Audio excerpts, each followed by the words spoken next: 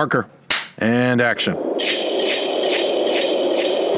This is Behind the Bells, the show that takes you behind the magic of your favorite Christmas movies and shows. Within the background of every Santa Claus, reindeer, and stocking is a story. Where did it come from? Our Christmas movie expert will unravel all of that and give you the full story. Sit back and enjoy another episode with Robert Nicholas.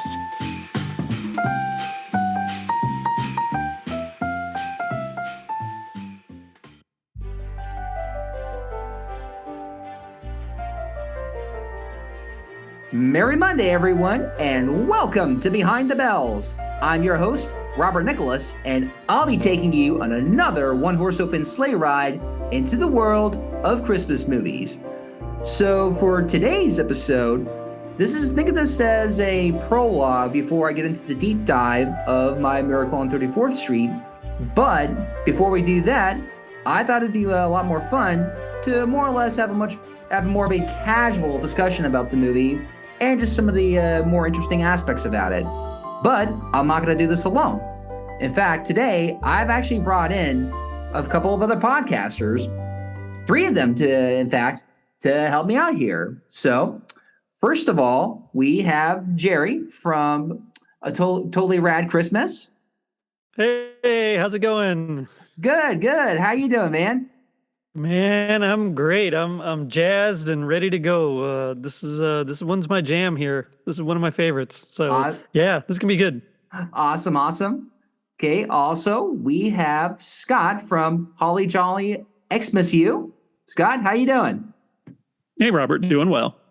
Awesome. Definitely looking forward to this.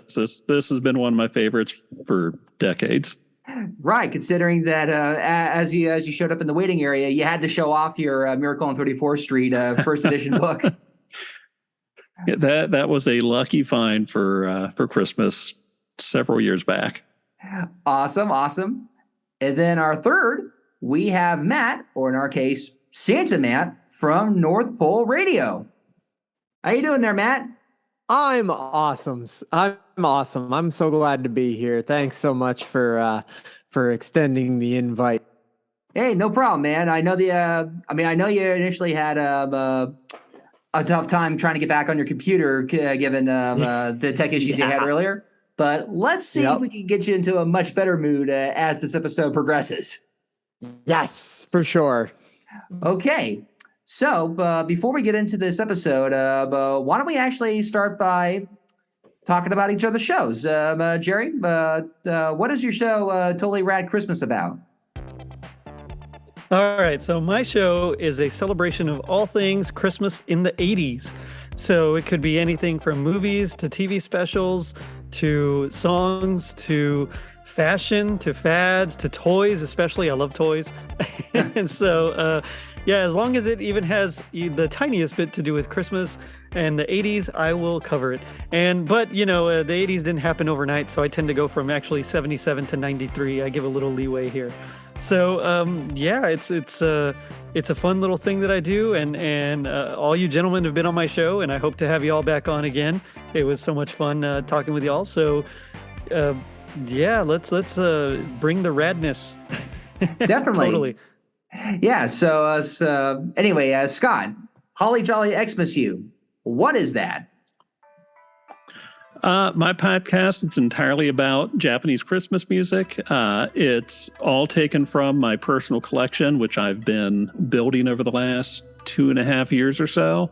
I cover everything from, old jazz to contemporary pop hits and pretty much everything in between. And a lot of what I cover on my show, you cannot find digital copies of it anywhere. So when you tune in, the music that you hear is literally, it's the only place you're going to hear it. Yeah, now that is certainly a noble cause, because we certainly don't want to see any music like that just, ending up as lost media, all because it was never converted digitally somehow. Mm-hmm. All right, Matt, tell us about your show, North Pole Radio. Yeah, North Pole Radio is, I am at Christmas time a professional Santa. And when I became a professional Santa, I kind of discovered there's this whole world, this whole Christmas performer community of different Santas. And they're all just such fascinating people that mostly what I talk about on North Pole Radio is I invite my Santa friends on and we talk about kind of, what Christmas was like for them growing up, how they became Santa. Some of them have had just very memorable big experiences Santas. Like I've had on Santas that have started schools and that run schools, and I've had on Mrs. Clauses that have had on a guy that actually was he plays Krampus and the Grinch. So I've had on all kinds of my fun Christmas performer friends. And then I also have had some folks on from the Christmas Podcast Network just to discuss different holiday specials, just kind of as like I did a 4th of July special and an Easter special, and I'm going to have a Halloween special coming up in October, that kind of thing. Nice, because this is I got to know this. Have you been able to get any of the Santas from that one documentary that debuted in 2012, I think, I Am Santa Claus? Maybe. Have you ever gotten Mick Foley on your show? That was no. Mick Foley is someone I'm in talks with, actually. I got to reach back out to him. I know he's a busy guy. He agreed to come on, and I haven't heard from him since. But he is very busy. He's on like a tour of some kind right now, and several of the Santas from that documentary have unfortunately passed away. I know Santa Dana has passed away. I think the only Santas from that documentary that are still with us are Mick and Santa Claus, who lives in Long Island or Staten Island, one or the other. In fact, our friend CJ got a video from him for his girls last Christmas, I know. So I know he is still around. And actually, I would love to talk to him. I got to reach out to him. All right, definitely. That sounds like a good plan. I can't wait to hear all three of your shows later on. Let's say I get more time to do so. Though, speaking of Santa, obviously we are all here to talk about one of the most famous movie Santas, Kris Kringle in Miracle on 34th Street from 1946. So, with that in mind, my first question to everybody is, of course, where do you all stand on Miracle on 34th Street?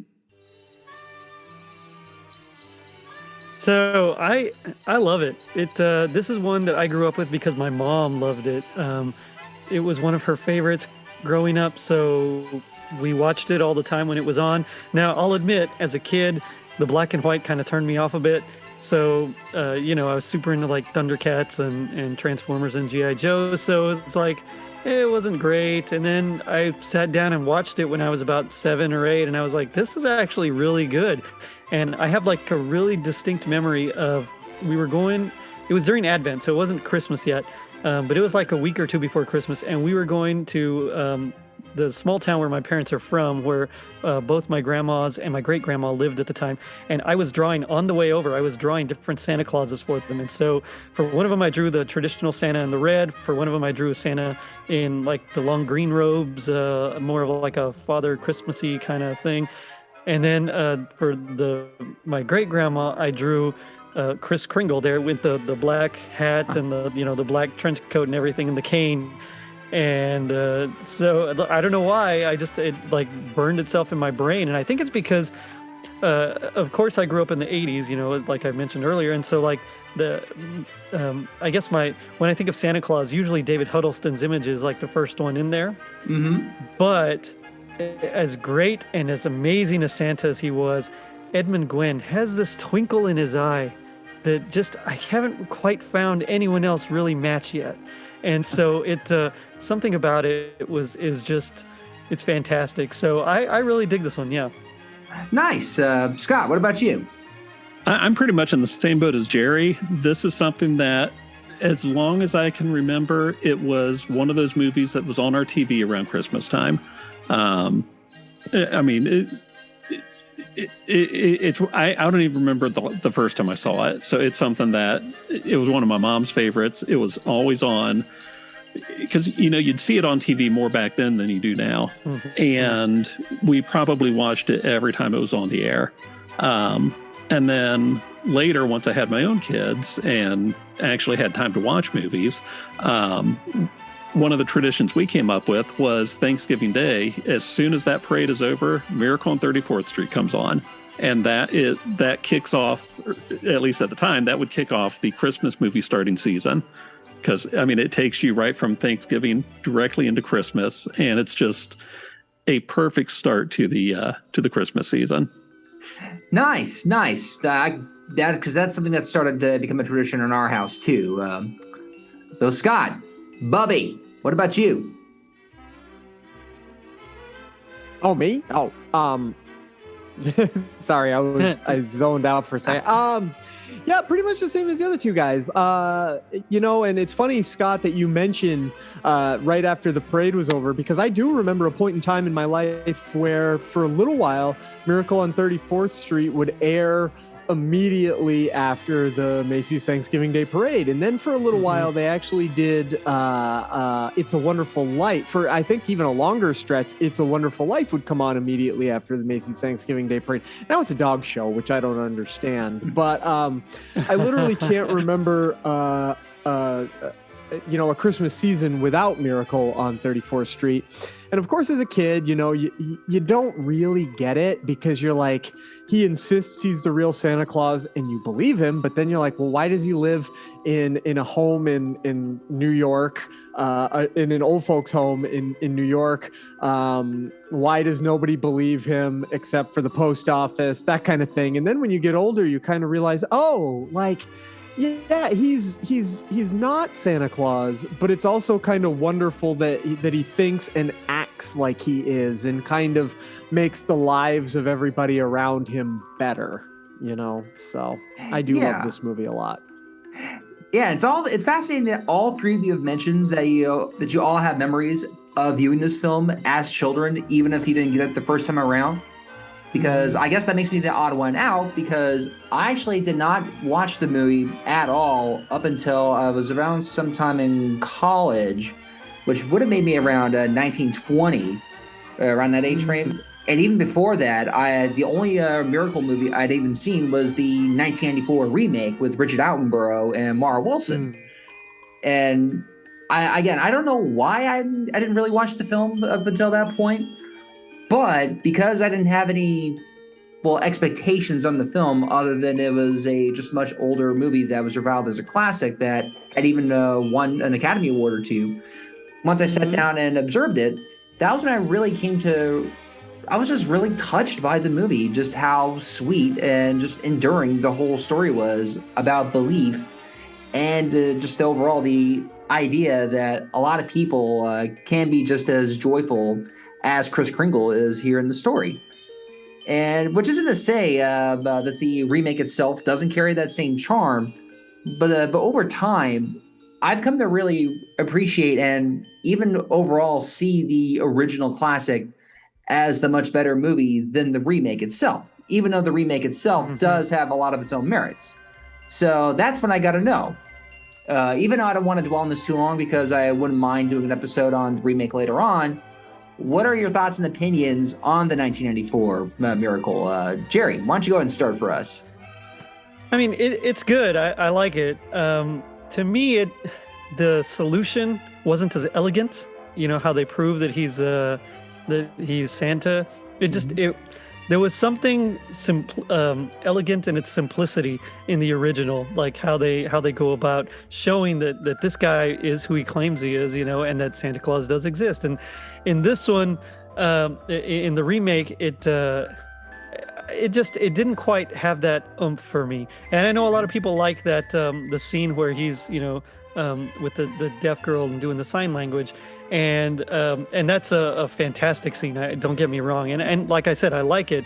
It just, something about it, to me, every time I watch it, even though it's a good movie, it just feels off. I can't quite put my finger on it, because like the score is there, the actors are there, like everything gels, but it just isn't quite the same. And I don't know how much of that is nostalgia, but for me, I think it really comes down to the ending in the courtroom and the solutions to how they solve this. Solutions to how they solve this terrible, but you know what I mean. How they actually prove that he's Santa, and it's just too convoluted and a mess. I think in the new one. Mm-hmm. Scott, what about you? Where do you stand on the 94 Miracle? I have honestly never seen it. Really? I remember when it came out, and my first thought was, if I'm going to watch The Miracle on 34th Street, why on earth would I not watch the original? And Yes. I know it exists. I know I saw the trailer back in '94, and that's about where my knowledge of it ends. Right, because I would have been around 6 myself when that one came out, even though I recall seeing posters for Miracle at around that time. And even then, initially didn't do that well in theaters, honestly, because I think the Santa Claus from Disney kind of took most of the Christmas competition around that time.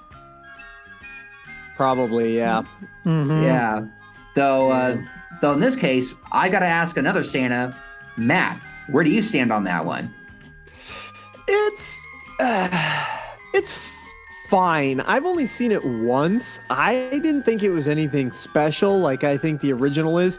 Much like Gerry, I can't exactly say why. There's the only thing, it's got a slight element of slime to it, and I think it's just because they have the extra part involving the drunk, angry mall Santa that they hire to kind of frame Chris, and the way that Chris, when the assault, the thing that he gets in trouble for is kind of like out in the, it's got like a sleaze to it but not through the whole movie, but just through that one little small vein that kind of taints what is around it a little bit. And as far as Richard Attenborough goes, he's good, but number one, I don't quite know why they didn't get him to grow his beard longer. Yeah, that bothered me too. Or apply a fake one. Edmund Gwenn actually wore a theatrical beard. It was artificial. It was applied. Richard Attenborough had a beard, but it was very, very short. And also, again, he's okay, but he's just not Edmund Gwenn. There's just something about him that is like, Edmund Gwenn is a guy that, like, I look at him and he believes he is Santa, and I believe he could be. Whereas Richard Attenborough is a guy that believes he's Santa, and I'm like, no, you're just a nice old man who thinks he's Santa, but you're not. And that's kind of, all I can say about and beyond that, I don't like Mara Wilson as. And I like Mara Wilson, but I don't like her as much as Natalie Wood. Thank you. I couldn't I vapor locked on Natalie Wood. So yeah, it's fine. I've seen it once, and I'll never see it again. Well, and honestly, it's funny because go ahead. I mean, just sticking with Natalie Wood for a second, that is literally one of the absolute best child performances ever. I mean, she was just so perfect in the movie. Yeah. And honestly, when I think of Santa, the first thing that pops into my mind is Edmund Gwenn. So I think with Richard Attenborough, it didn't help that he had just like killed a bunch of people with his dinosaur project a year before. That's the other thing. So like I see him every time I see him, whenever I saw him in anything else, it's always like, oh, there's that Jurassic Park guy, Mr. Hammond. Yeah, there's a thing, and I guess probably everybody that loves Christmas has this. I guess it's not just unique to me, but I think I get to experience it more widely than a lot of folks, just because I know a lot of guys who portray Santa Claus. But there are some gentlemen that I know so many Santas, and they're all wonderful in their own way, much like Richard Attenborough. But there's some Santas I know that I'm like, okay, that's so and so, and he has a white beard, but he'll never look to me, even in his full Santa suit, doing his thing. He'll never make me go, huh, maybe that actually is Santa. But then I know several Santas. I know who they are. They're friends of mine. I talk to them regularly. But when they turn it on and they're in their Santa suit, I go, maybe this person's been lying to me. Maybe they're actually Santa Claus, not Paul, Paul, for example. Maybe Paul is like a cover that Santa's using, and maybe he's written, versus like another. So like for Edmund Gwenn, it's the same thing. It's like maybe that guy is Santa Claus, and for Richard Attenborough, it's like no, he's like doing a good job, like Gerry, you brought up the beautiful scene with the deaf girl, which they subbed in for him speaking Dutch. Right. It's a wonderful, perfect, fantastic scene. He's doing a great job. He's acting exactly the way a Santa should. He's given love right from his heart. But there's just a quality I don't get from him. You know what I mean? Yeah. Like there's a magic missing that I feel Edmund Gwenn has. And a lot of it is his eyes, his smile. Just like there's a hope when you're talking, when you see him on screen. It's like a very ephemeral. Just this. It's hard to come up with exactly what I'm trying to say. But there's like you get this sense of like hope and joy when you see him. Like, oh man. Well, I mean that's exactly. For me, that was a little bit missing from Richard Attenborough. Yeah, which I totally get. But it's also kind of me. Like I have an issue. Like people love Batfleck.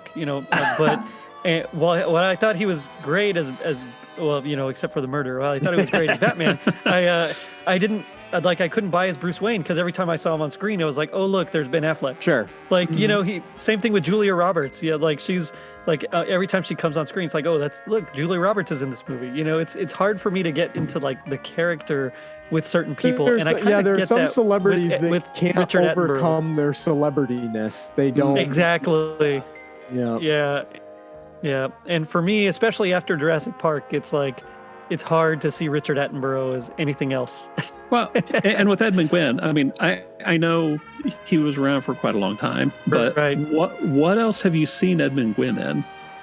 Sure. Yeah. That's true. I mean, exactly. He did. And when you do, he doesn't. If you see him in anything else, he never actually wore. He doesn't look like that. Yeah. He does. He never wore a beard. He didn't grow his own beard. So Kris Kringle is a lot in the beard they put on him. So even if you see Edmund Gwenn in something, and I think I have, don't ask me what, I can't bring it to mind right now, but I believe I have.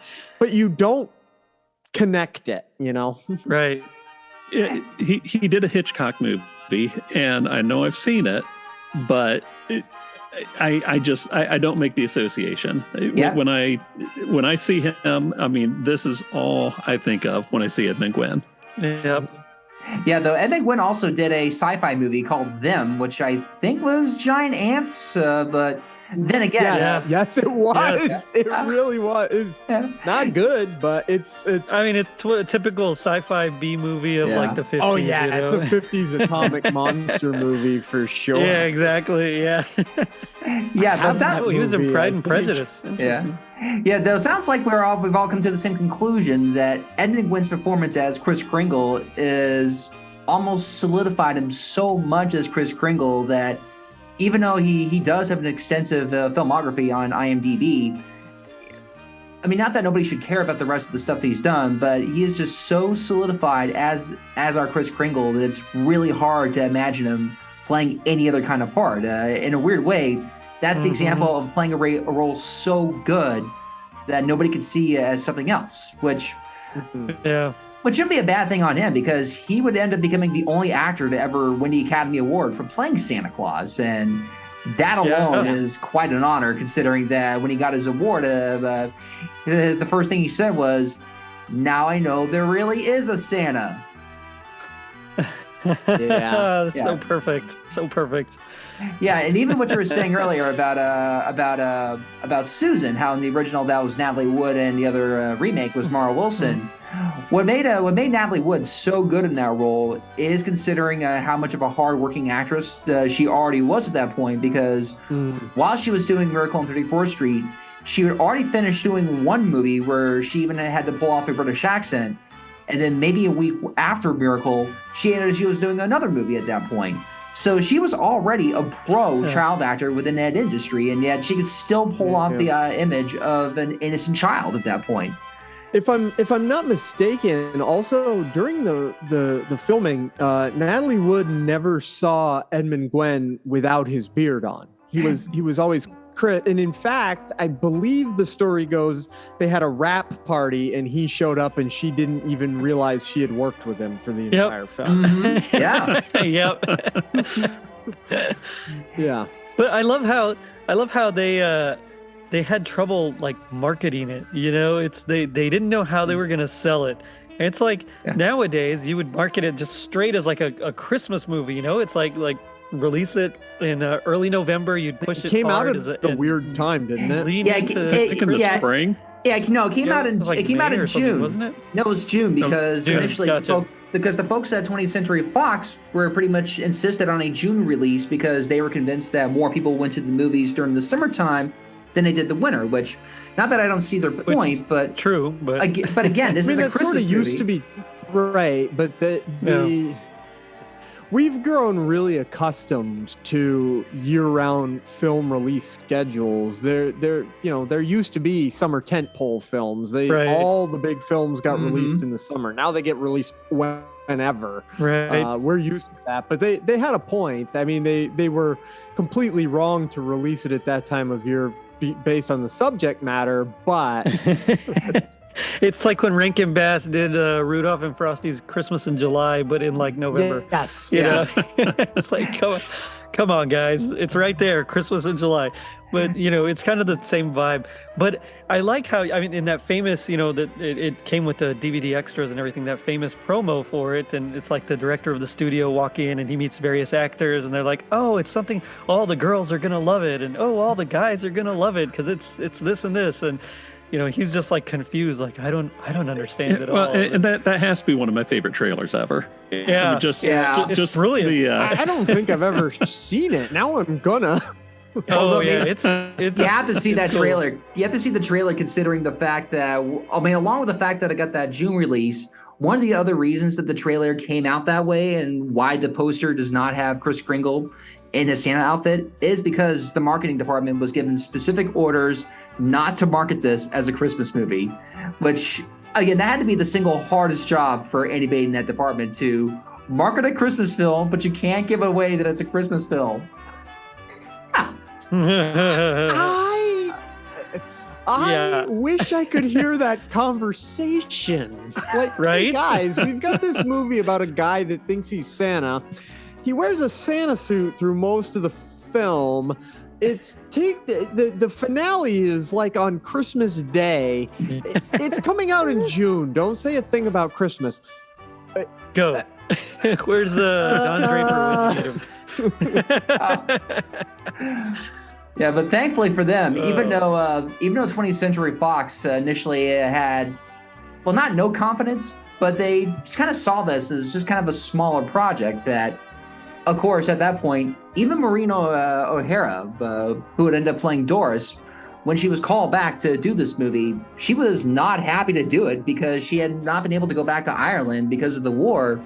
But once the World War II had ended and went back to Ireland, she got the call. It's like, nope, you're going to come back. We got another movie project for you. You're under our contract.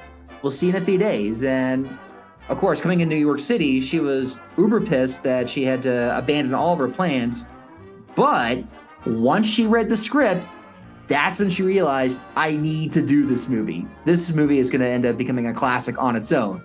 Even though at that point, she still wasn't aware of the plans on its release. Because as everybody was concerned, because they had already all read the script, they knew that this had to be an important story about faith, about keeping that innocence within childhood. And if anything, this is why I often say that this is a rare Santa Claus movie that's more for adults rather than children. Oh yeah, she's fantastic though. I mean, I love Maureen O'Hara. Yeah, I completely agree, Matt. I mean, yes, it's in that same style of 40s acting. It's not like the kind of acting we're used to now, but even then, I think she's more genuine in her portrayals than a lot of other actresses of that era. I don't want to. I don't want to keep going back to the other version of this film. I know. Just because we're talking about the actors and everything. And Gerry, you and I both did the thing of like not being able to say, but put Maureen next to the lady Elizabeth that did Perkins, it. I think. Right? Yeah, Elizabeth Perkins. And again, Elizabeth Perkins is not a bad actress. No, but I loved her in Big. When you put those two performances next to each other in the same role, you go, Maureen O'Hara is just doing this better. She's just better with the material. Yeah. She's just more believable as like that independent woman who was scorned by love and who's just bitter and hardened. And I don't know. I agree with you completely. I love Elizabeth Perkins, but she's someone that is hard to picture as like just that. And even though she plays kind of one in Big, it's just not the same. There's still like that playfulness, in Big. But it's hard to picture her as like just a driven, businesswoman type of girl. Very matter of fact, no nonsense, no anything. And so Maureen O'Hara, I think just is phenomenal in the role. Well, I think one of the reasons that Maureen O'Hara played the part so well was because, in a way, her character, a divorcee, was... The idea of putting a divorcee on camera was still kind of a damning idea, which was going against the code. And that was something that had to be fought with because even though it's hard to believe now, in a lot of movies pre-1960, they weren't even allowed to discuss divorce as a potential topic matter. But because, in a way, her character is an open divorcee, I think she felt more inclined to play, obviously in this case, a much stronger female character, someone who, for the longest time. Yeah, I'm actually surprised because you get that she's divorced, but they don't talk about it. Like she has one scene where she mentions like that the man she was married to was kind of like something about, her line about when you finally get Prince Charming, you realize he's and then she just kind of, and Fred says, well, we were talking about Susie, not about you. She doesn't even complete so good thought. So, you get it, but also it's a really great way to not really bring up the fact that she's divorced because, like you said, for the time they couldn't. Right. Yeah. And even, by the way, how good is he as Mr. Gailey? I really enjoyed it. I loved his performance. Yeah, and I've seen him in other stuff where he's okay, but this has to be the role of his career. I mean, this is easily the best thing I've ever seen. Yeah, his best thank you. I couldn't ever. remember his name. Yeah, and I said John Payne with a P, not John Wayne, but wouldn't that have been a different movie? Let me tell you, Susan. Let me tell you, not a bad person. Certainly a real person, Pilgrim. I've just seen him at the end of the first day at court. I was seeing him. He'd have to flick the cigarette at the end of the first day at court. That's right. Yeah. Well, speaking of flicking the cigarette and everything, I mean, there's not a bad person in this movie. Even somebody that doesn't get a big part, like William Frawley, is like still really good. But if you do, remember this: you can count on exactly 2 votes, your own and the district attorney's out there. The district attorney is Republican. Though actually, I think the only character, so good. I mean, the only character who could be solidified as a bad person, even though we do kind of get an idea of the situation, is Mr. Sawyer, the psychologist, the one who essentially started all the trouble in the first place by obviously not be. Yeah. Even though it wasn't good that Kringle ended up assaulting him first, still he exaggerated. Correct. Yeah, he did exaggerate his injury enough that it would get Kringle in trouble. The situation, he didn't at any point obviously implicate himself and point out that I was the one that was the problem. He goes, no, we were just talking, and all I mentioned was Santa Claus, and bang, he hit me. Like, and of course it's almost Seinfeldian, like yada yada, and he hit me. Even then, he would still end up getting what's coming to him when he gets that other great line from Mr. Macy when he's told, "Psychologist, where did you graduate from? A correspondence school? And you're fired." You're fired. And you're fired. Yeah. That's so good. Yeah. Oh man. So yeah, it's so fun. But everybody like this, and I know this is still that kind of, it's from the 40s, so the plot hasn't been streamlined. There's like, in movies of this era, there's still like randomly scenes that could be cut that don't really add a lot. But I really love that scene where Mrs. Shellhammer has had the triple strength martinis, I think, and hello, and she's on the phone with hello. We love to have Santa Claus. And I saw something online the other day where if you go back and watch that scene and count the toothpicks next to her, there's 9 toothpicks, which means she would have had 9 triple strength martinis. Oh, dang! And yet she was somehow still able to at least stay conscious enough to get on the phone, because I think with 9 triple strength martinis, I think I'd be out at that point. Well, I also love the boldness of this movie. Of course, it's boldness. What am I talking about? It was the 40s. I'm going to go home and get my wife drunk so she'll do what I want. I'll hammer story. I'll make sure she calls you once she's feeling gay. Shellhammer. He's great too, though. Yeah, he is. There's a lot of just character actors in here, but they all nail it. Mm-hmm. They do. Speaking of the time period, given how a good chunk of this movie is set within the Macy's department store, what we were kind of looking at around that time period was sort of the last of its era, considering that at around this, well, you know how the obvious wish for Susan is to live in a suburban home. She's even had the house all picked out. Well, that was obviously the film's little subtle showing that a lot of families were starting to move to the middle class at that point. And of course, with Macy's and Gimbels, as they're portrayed in that movie, it's hard to really talk about with a lot of younger kids these days. But obviously, before the era of big box stores like Kmart and Sears or so, the only way that a lot of people did a lot of their major shopping was through a lot of these department stores at that point. Big department stores, yeah. Yeah, and of course, even though Macy's is still around, who in this day and age is still going to talk about Gimbels, given how they've been out of business since the 70s? Not unless if you're watching Elf. Yeah. And even in half the time, you're still going to get all those kids saying, "What's Gimbels? Is that a real place?" Well, was at some point. Well, even the idea of a department store is just they're starting to go by the wayside. Yeah. Well, yeah. Well, nowadays you just see them. There's a few standalone spots, but mostly, at least here where I am, and in Texas, like all the places I've been, they're almost all exclusively in malls. Because even that Macy's flagship store, at least the last time I was in it, was not department as much anymore. Like it's a little bit more of a upper. It's almost high end, but not quite, and it's a lot more clothing than it is like having a home goods department and stuff like that. Right. And so.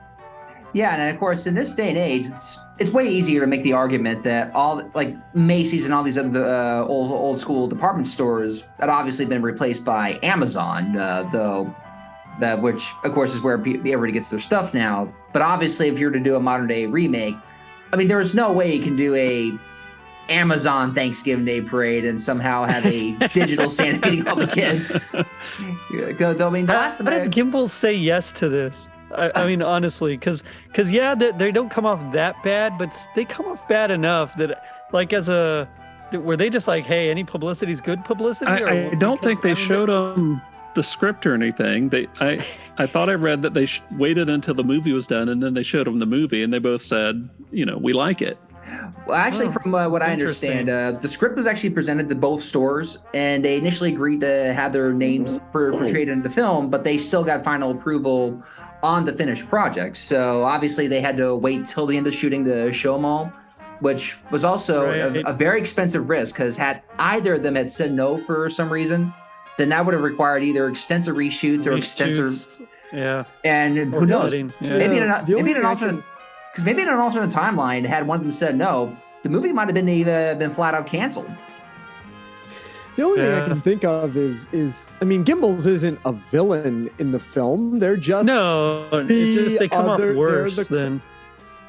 But I don't think they even. I think the only reason they come off worse, and maybe this is just, but I think they come off worse because they're the business competition. So obviously, you know what I mean? They're the business. Yeah.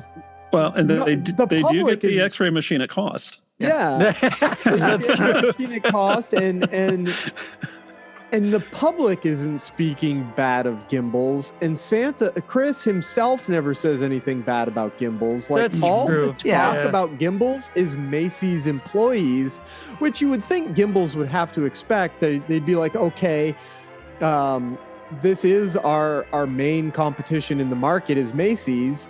They do have we understand that the setting is Macy's and the characters are Macy's employees. They probably don't say bad things about us, but also none of the public in this movie is saying bad things. You know what I mean? Yeah. Oh yeah. No, that actually really makes sense. And I think you're right. Maybe it's just my perception because they're like the enemy, the other store, Right. It's not really, So I guess you're right. It's probably just me then. Well, yeah, because I think, at least with how I perceive it, I don't really see either business as perceived as bad, but not necessarily good either, because both businesses were still focused on the bottom line of ensuring good sales around the holidays. But of course, that ties back to the other theme of this movie, which has to do with consumerism around the holidays, in which there's a lot of isms here. but one of the worst is one of the worst. Imagine if Mr.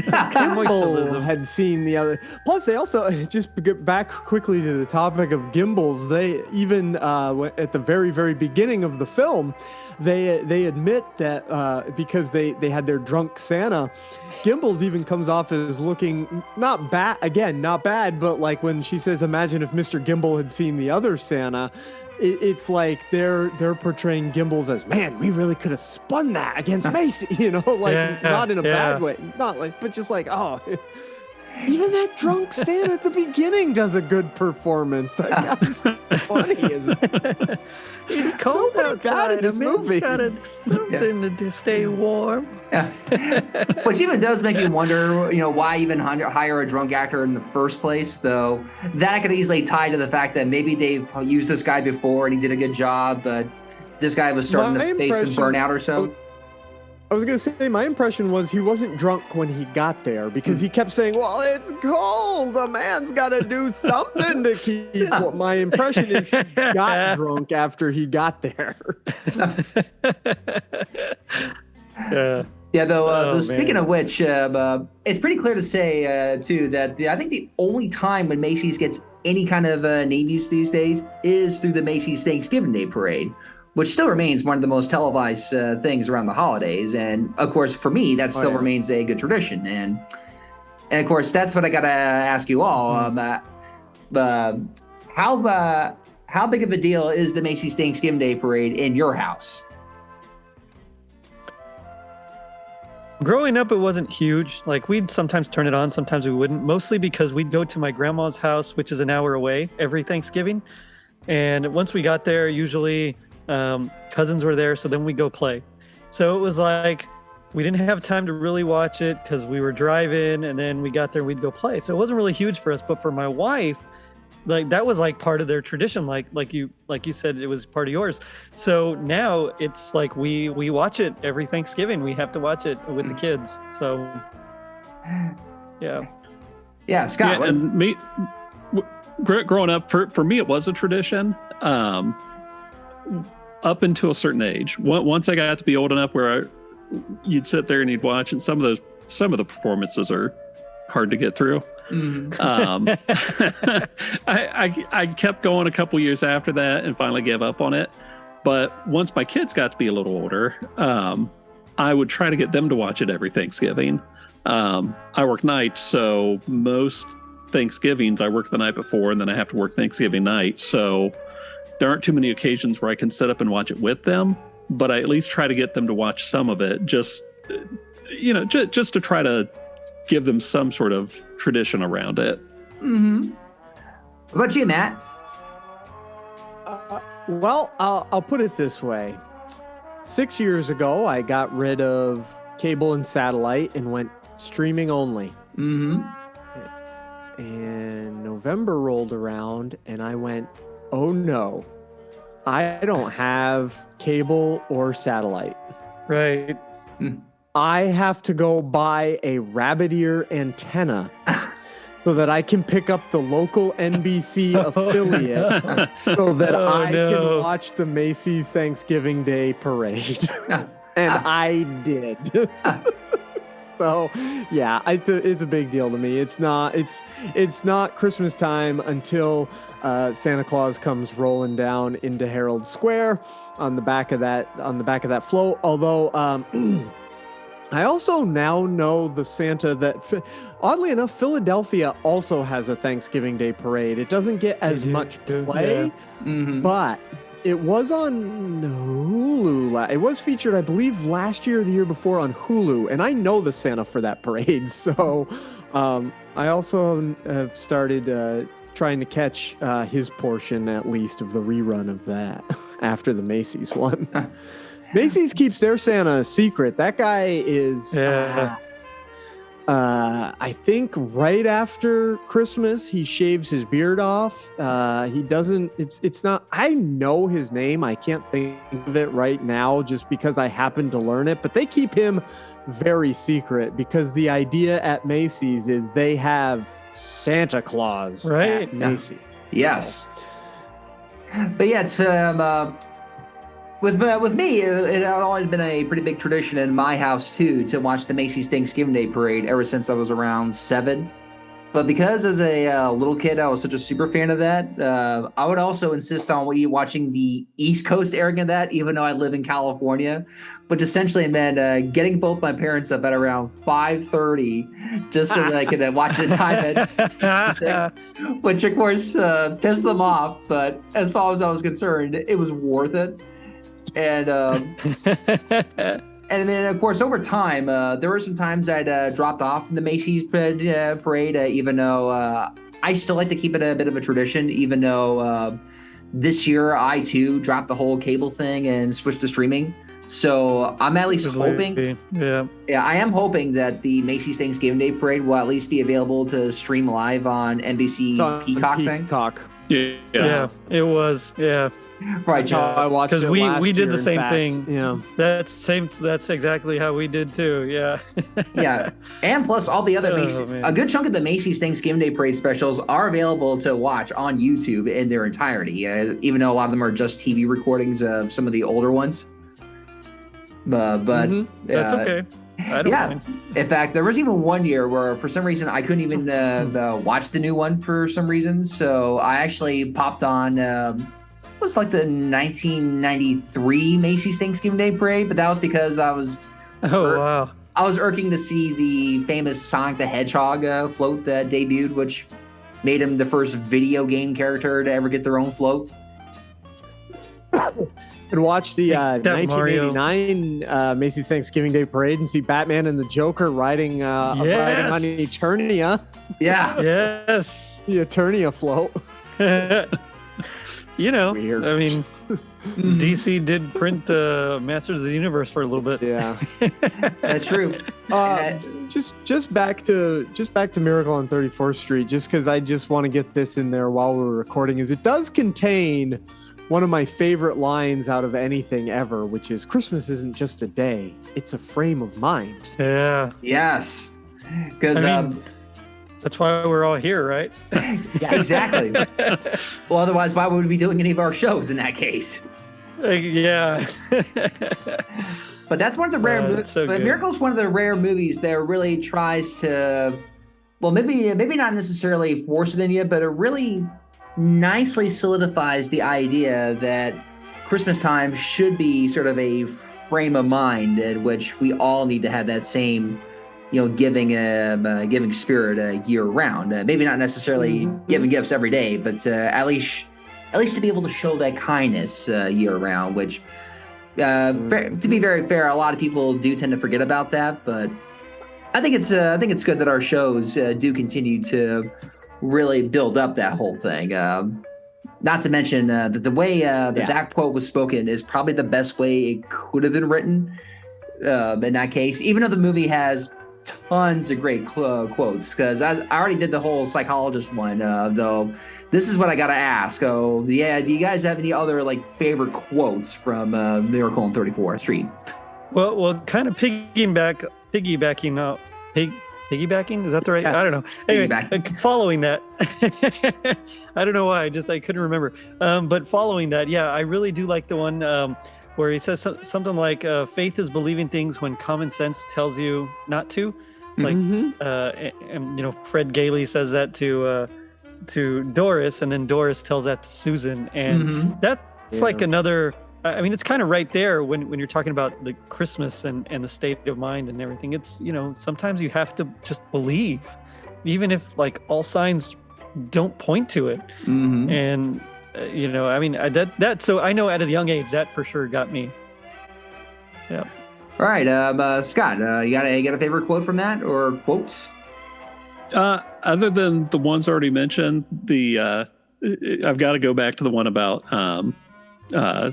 where he says the district attorney's a Republican. So good. Oh, it's really good. It's just a great, clever line. So another line that always makes me kind of chuckle, because it doesn't make a lot of sense to me, is when, and we haven't even talked about Alfred really, but when he goes, a buck, make a buck, make a buck. Even in Brooklyn, it's the same. Don't care what Christmas stands for, just make it. It's like, why would it be different in Brooklyn than anywhere else? I don't know. Just the way he said, even in Brooklyn, it's the same. It's like, what? What are you talking about? Though speaking of Alfred as a character, no, Alfred. Yeah, though speaking of Alfred as a character, he's going to be also one of the very few really young guys that actually wants to be a Santa. Which, I mean, when you think about it, most of the portrayals of people that want to be Santa always tend to be a bit older. But here we have this young guy, because he couldn't have been more than in his early 20s at the most. Yeah, probably. For sure. Yeah, be my guess. Yeah, though but that also really believes me. I also like to think that there really there shouldn't be an age limit for someone to play Santa, considering that I myself used to play Santa for my little cousins when I was as young as 11 years old. And I was going to say the youngest Santa I've ever met is 13. Oh, really? Yeah, I met him this spring. Yep. And I then believe the there's next even youngest. And the go ahead, next I'm youngest sorry. after him is, I know a guy that started when he was 16. I think he's Hold on, let me look this up 19 real or quick. 20 now, but I believe he started when he was 16. Yeah. So. Yeah, though, going off on another character with Mr. Gailey, I was going to say that guy got one of the ultimate Christmas gifts by getting Santa Claus as his roommate, which, who wouldn't want that? Whiskers out, the cold air. His thing So about gross. I'm gonna get the answer to a question that's puzzled the world for centuries. Who's asking this question? Who is asking? Does any guy with a beard cover his beard when he sleeps? I don't think so. Seems impractical.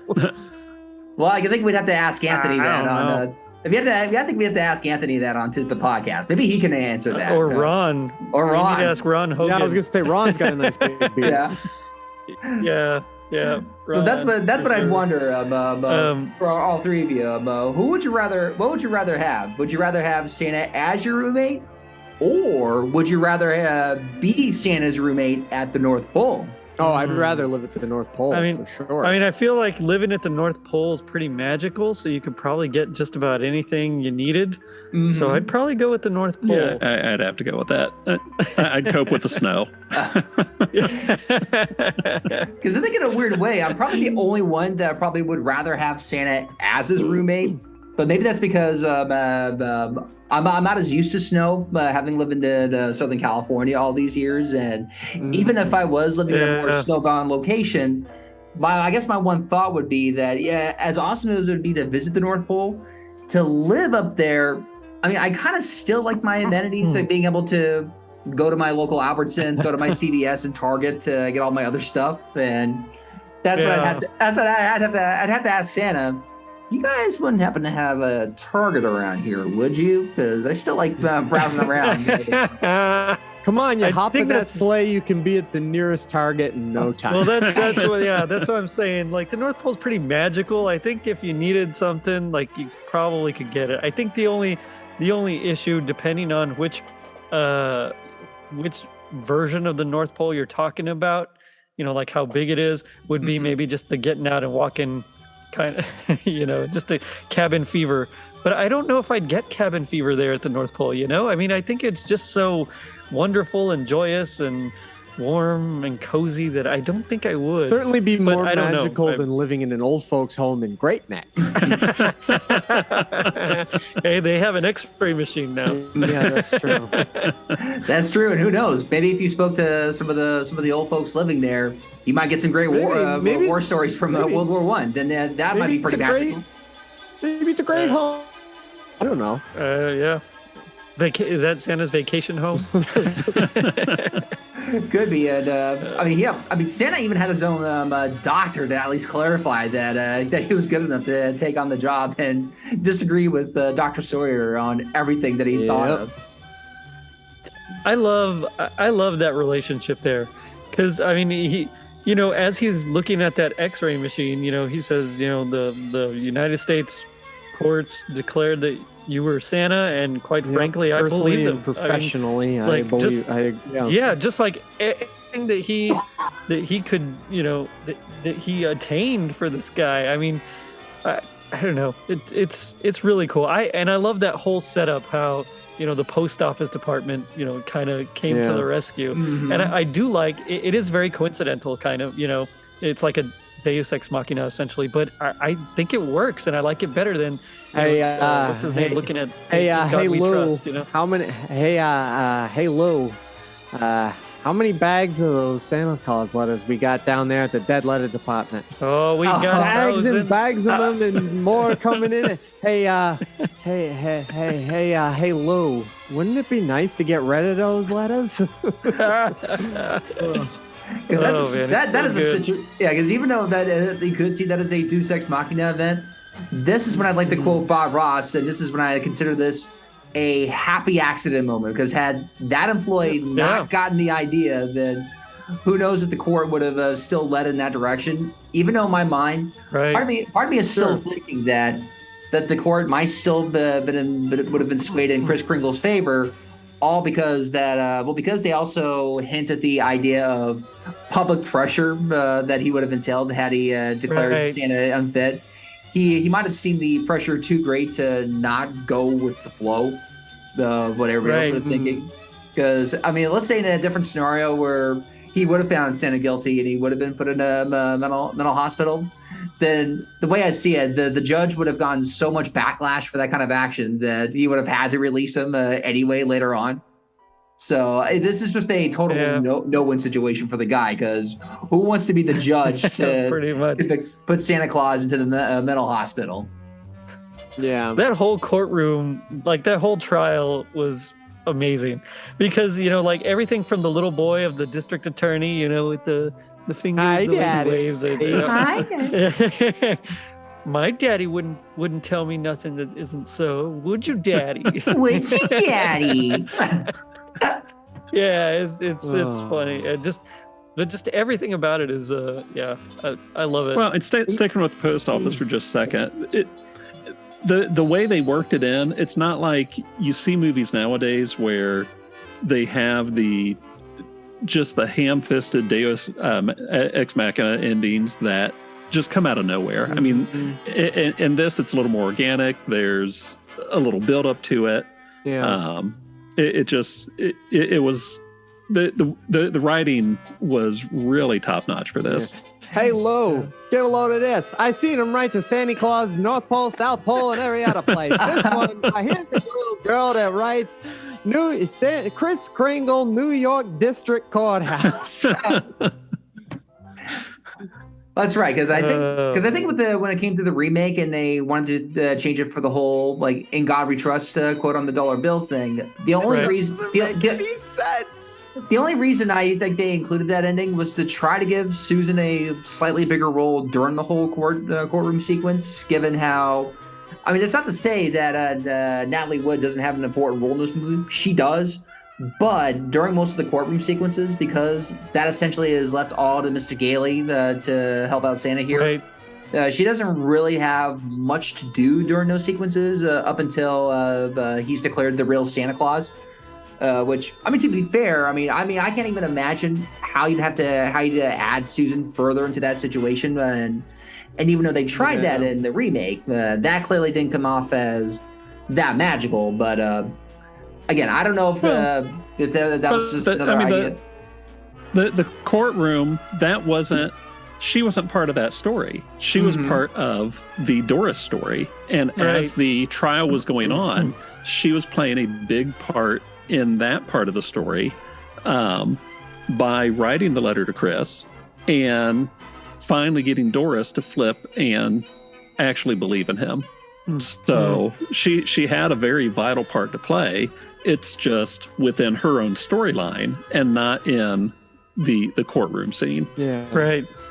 Yeah, and plus, but the way the film is sort of edited around, it's her writing the letter and then getting to the post office that sort of sets things in motion in there, which is again a great way to sort of set everything up. Because otherwise, had they not had that scene, it just would have been a random cut to the post office for real no reason. Right. Right. Exactly. Yeah, but by that point, And I love the end too when they're, he's like, she's disappointed because she couldn't get the house that she asked for, and so he gives the instructions or the directions, to Mr. Gailey on how to get home. Like, you'll avoid a lot of traffic if you go this way. And they pass by, and the stop the car, and then she runs in, and I mean, just everything about that. This is as well. my house. The one I asked. What's going on? It's just the excitement is top notch. And then not to mention, Doris and Fred have known each other all of a month, and they're going to buy a house. Yeah. But what makes that ending even better is Susan's looking around. That's because Susan is looking around that house, and then of course Mr. Gailey and Doris are there. They still see Kringle's cane in the corner, and that's when they have both that look of joy and of horror when they realize, no, could he? Huh? Or maybe I didn't do such a good thing after all. Yeah. And again, that was also, for the best in the movie to keep that whole aspect just completely ambiguous, to still have Very that Christopher Nolan of it. Yeah. Yeah, you could argue that the original Miracle on 34th Street is the original Christopher Nolan ending at that point. And it's Inception. It's all. Is it all a dream? Is the top gonna fall down? Yeah. This movie, it's every time, even just thinking about it, it brings a smile to my face. It does, because that's how good it was. Yeah. It is, because even though the weird thing is that even though it's an Academy Award-winning classic, that it is a really, really good story within this really, really good movie. I don't really see it talked about these days as much as It's a Wonderful Life is talked about. Though, why do you think? Right. Why do you think the Miracle on 34th Street really doesn't get a lot of fireside chatter in the way that Wonderful Life still does today? Well, I know It's a Wonderful Life. There was that whole copyright issue, and so like because of one error, like literally it didn't go through, and so any station could play it. I mean, it was literally just free for all. So it was a cheap free movie that had Christmas in it, and so everyone played it at Christmas time. So because of that, it gained so much popularity that and of course it's a good feel-good movie as well. That it gained so much in popularity that it became more of the culture because stations didn't have to pay to broadcast it. Yeah, well, I mean, at least that's a part of it too. Yeah, there was one year, me and my brother literally watched at least part of it 100 different times between Thanksgiving night and Christmas night. Right. It was on that many times just on the stations we could get. Yeah. So because it was free. So I mean, of course you're going to play something free to fill up that time slot, especially if you're just a syndicated, a little station here that plays syndicated items. So it really makes sense. I mean, I love It's a Wonderful Life. It's a great movie as well. But I don't know. Well, at least for me, between the two, I'd much rather watch Miracle on 34th Street.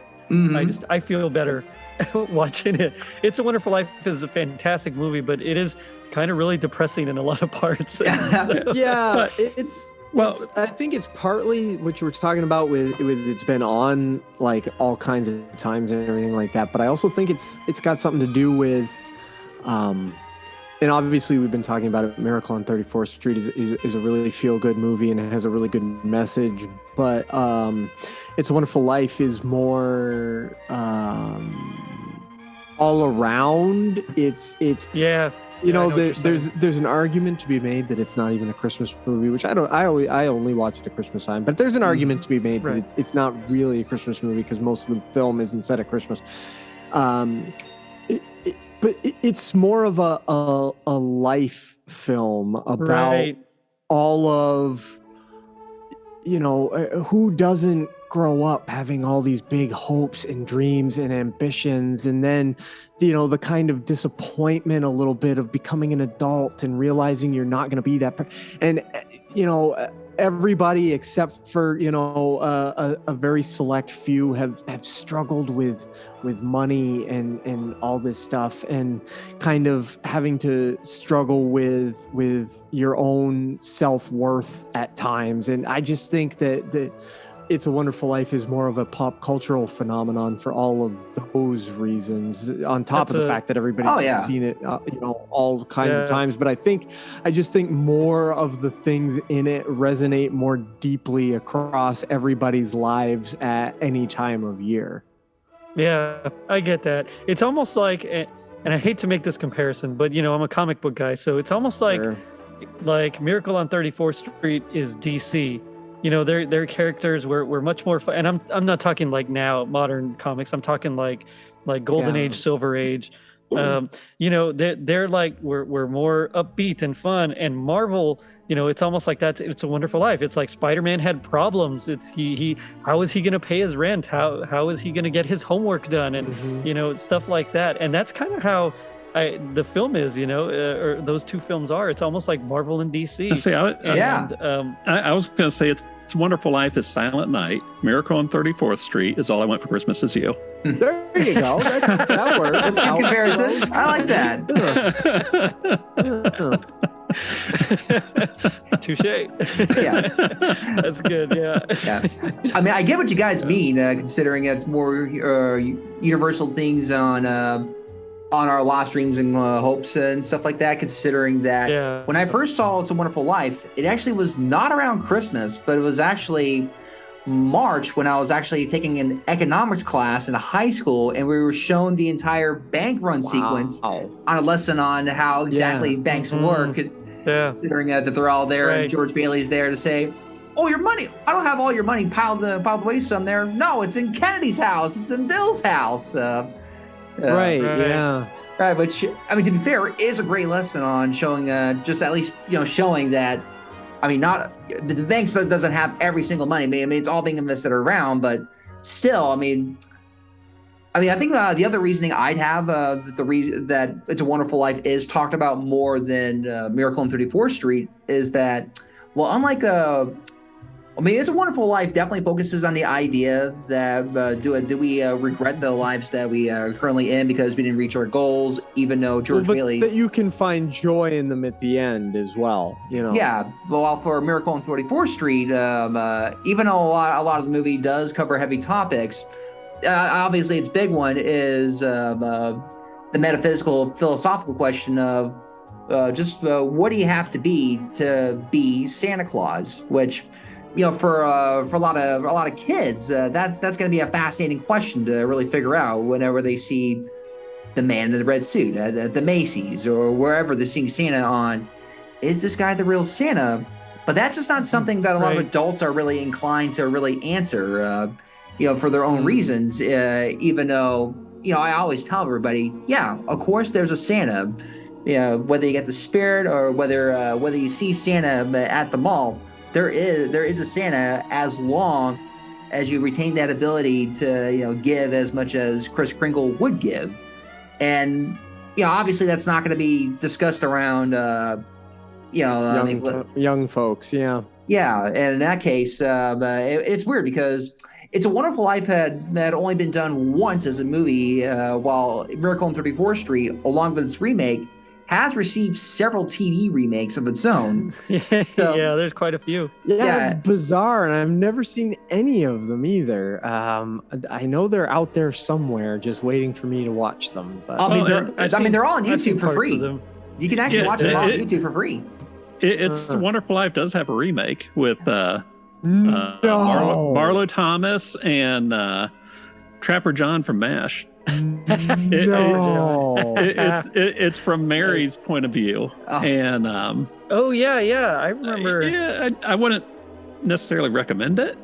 I didn't think you were recommending it, but I have no choice now. I feel like it's something recommending it. You have to watch it once. Yeah, I'll say that. Oh my God. Yeah, this was a good one. I love Miracle on 34th Street, and just watching it, like every time I watch it, just reminds me of like when I was little, and my mom sitting on the couch eating some popcorn, and I mean it's just I love it. Really and it had become such a tradition for us that, and I can't remember how many years ago it was, we walked into the thrift store up the street, and sitting there in the counter was Miracle on 34th Street, the book. And I asked the lady, I go, do you know, is that a first printing? She had no clue. And they had it marked at $75. I was like, I've got to take a look at it. So they handed over, and sure enough, it was a first edition, first printing. Whoa. And my wife goes, $75 for a book. She wasn't thrilled with that, but she goes, it's right before Christmas. She goes, that is a perfect Christmas gift. Yeah. So nice. I've only read it once. Me too. Borrowed it out of the library. I mean, me too. It's the oldest film novelization I think I had ever even encountered at the time when I read it. I can't think of another one beyond it, but it's just the movie. But it's a neat thing to have exist, Yeah, especially considering how slight differences, but. Yeah, it's considering. Valentine Davies. He wrote both. He wrote the screenplay and the novel. Mm-hmm. But there's some minor differences. It's fun to read just to, couple scenes are fleshed out a little more. Couple scenes are not quite what they are in the movie. But it's definitely worth reading at least once. Mm-hmm. Yeah, but like you said, it was pretty rare at that time to even see a film novelization at around that point, even though it's common now to see novelizations of everything that comes out. But I think at that point, at least from my research, it seemed like that Valentine Davies, even though he had this idea for the story, he initially couldn't figure out whether to do it as a novel or a screenplay first. But once he pitched the idea to the director of Miracle on 34th Street, screenplay first, novel next, and off they went with that movie production. And thankfully, as time went on, that became just such a revered movie for him to talk about. That he was always grateful that that the entire film came out the way it did, because like a lot of great movies, it was all just one fantastic accident that all fell into place and managed to craft such a great story that even to every year. What? Didn't he win an Academy Award for the story? I think he did. Let me look that up just so that it won 3 Oscars. It won it won Best Actor in a Supporting Role for Edmund Gwenn. It won Best Original Story Writing and Best Screenplay. That screenplay, that's what it was. Yeah. Except in this case, Valentine Davies, he won the Oscar for Best Story, but the screenplay was not written by him. Or if it was, the credit was actually given to George Seaton, the film's director. So maybe he just wrote the treatment, and then it's possible. Yeah. I think it was that. Out. I don't know. Because at least from what I was able to uncover, even though Valentine Davies wrote the full story treatment, I think it was him and George Seaton that collaborated on the script together. And then I'm guessing that Valentine Davies, and then Valentine Davies himself eventually penned the novel himself. Yeah. Right. Yeah. But otherwise, but so far, talking about this movie was a lot of fun with you guys. And of course, before we start to wrap things up, I thought I'd obviously plug all your shows. Gerry, where can we find Totally Rad Christmas? Well, like I'm sure with your show and all these other gentlemen, anywhere you find podcasts, you can find me. I do have a website, totallyradchristmas.com. I also I'm on social media on Facebook and Instagram at Totally Rad Christmas, on Twitter at Rad Christmas, because the other handle is too long. And I also have a Facebook group, Totally Rad Christmas Mall and Arcade, where you can post, and of course you gentlemen are always welcome. You can post your new episode drops as well. As long as it has anything to do with Christmas in the 80s, you're free to post as much as you want. And I'm coming out with a Totally Rad Christmas app that will be dropping soon. Oh, cool. And awesome. That's a lot of fun. So it's been a lot of fun to develop. So yeah. All right. It's going to have like a forum section, some recipe sections as well, and then just like fun stuff and links to all your guys' shows. So. Awesome. You're going to have to let us know when that app launches. Definitely. Will do. Awesome. Now, Scott, where can we find Holly Jolly Xmas U? Pretty much. I mean, same thing. Anywhere you find podcasts, you should be able to find me there. I'm also on Facebook, Instagram, and Twitter. Although I've been a lot more active on Twitter lately, it just seems to help me out a bit more. Okay. But I try to post stuff regularly, just featuring links to my various episodes, pictures from various albums from my collection. So if you're looking for something a little bit different as far as Christmas goes, go ahead and look me up. All right, cool. And Matt, where can we find North Pole Radio? Same as all the other guys, just wherever you get a podcast. I didn't do any social media for North Pole Radio just because I already also have to do social media for myself, and I have 2 other podcasts because I'm an insane person. But what I will say is, if you are within the sound of my voice and you are somebody that has children, you can go to www.greenmountainsanta.com and book yourself a virtual visit with Santa for your child. I do that. The guys can see my set here behind me. I do that right here on the computer. I've done it for Gerry's kids before, in fact. Green Mountain Santa is on the socials. That's the other social media stuff. That's the other reason North Pole Radio, because I also have the Green Mountain Santa Facebook page and the Green Mountain Santa Instagram account and the Green Mountain Santa TikTok. So, oh, nice. Yeah. Nice. I still haven't ventured out to that one yet. I enjoy it. I think it's fun. I still don't 100% understand it or know if it is going to get me any extra business for this year, but it's there, and I have done some fun things with it. Awesome. And of course, you can find my show Behind the Bells on all the other podcasting outlets. And of course, I have my own Facebook and Instagram page where I post all my updates. And it was just a month ago, I finally started the official Behind the Bells TikTok page as well, which essentially, Oh, there you go. which is essentially just episode drops at that point. But I do intend on adding some more holiday related content, since I'm not seeing a ton of that on there, which I think y'all may want to consider thinking about doing that a little bit more, because that could be a good opportunity to do some more promoting, especially if you want to get the young crowd to follow the show.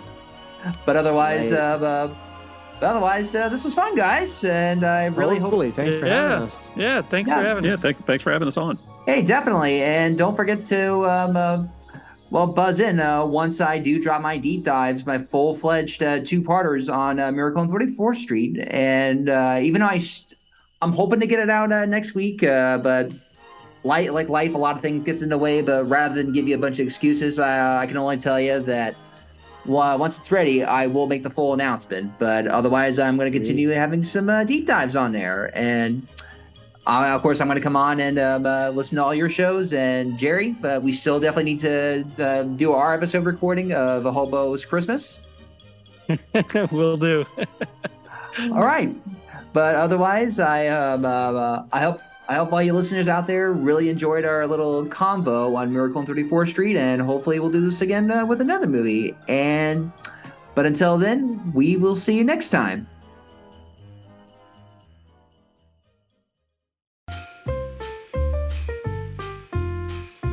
Thank you for joining us on this sleigh ride into the magical world of Christmas movies. Check us out for weekly rides into your favorite Christmas classics and their histories. Be sure to give us a positive review on iTunes if you like what you heard. And don't forget to follow us on social media on Facebook and Instagram for updates and special news. Consider subscribing on Patreon in order to help keep the show going and to gain access to some special gifts not available to the public. Merry Monday to all, and to all a good night. See you next week. Cut. Okay, everybody, that's a wrap.